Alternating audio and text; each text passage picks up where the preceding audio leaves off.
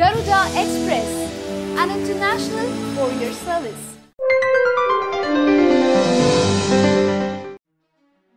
ఏపీలో నగదు నిల్వలు నిండుకున్నాయి. త్వరలో మరో 2000 కోట్లు పంపించనున్నారు. అయితే ఏపీలో పెద్ద మొత్తంలో నిధులు పంపిస్తున్నప్పటికీ నగదు నిల్వలు నిండుకోవడంపై రిజర్వ్ బ్యాంక్ అధికారులు స్టన్ అయిపోయారట. దేశంలో అన్ని రాష్ట్రాల కంటే ఏపీకే నగదు ఎక్కువగా పంపారని అంటున్నారు. అయినప్పటికీ అంత డబ్బు ఏమైపోతుందోనని ఆర్బీఐ అధికారులు రాష్ట్ర అధికారులను ప్రశ్నించారని తెలుస్తోంది. గత కొన్ని రోజులుగా ఏటీఎంలలో నగదు లేక ఖాళీగా దర్శనమిస్తున్నాయి. దాంతో నగదు కోసం ఆర్థిక శాఖ అధికారులు రాష్ట్రానికి డబ్బు పంపాలని ఆర్బీఐ అధికారులు కోరారు. దీంతో వారు కాస్త అసహనం వ్యక్తం చేశారట. దేశంలోని మరే ఇతర రాష్ట్రానికి పంపనంత ఎక్కువ డబ్బు మీకు పంపిస్తున్నాం, ఏం చేస్తున్నారు, ఆ డబ్బంతా ఏమవుతోంది అని ప్రశ్నించారట.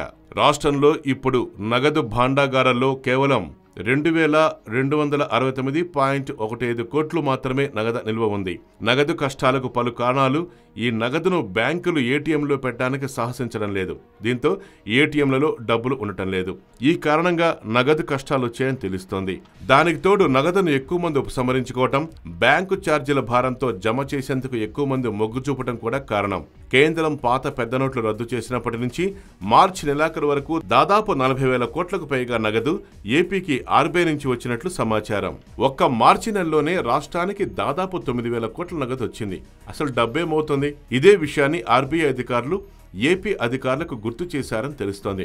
పెద్ద మొత్తంలో డబ్బు పంపిస్తున్నప్పటికీ ఏమైపోతుందని, నగదు ఏం చేస్తున్నారని చెప్పని ఫైర్ అయ్యారట. హాయ్ యోయో వ్యూవర్స్, సబ్స్క్రైబ్ చేసేటప్పుడు అక్కడ ఉండే గంట సింబల్ ను ప్రెస్ చేయడం మర్చిపోవద్దు.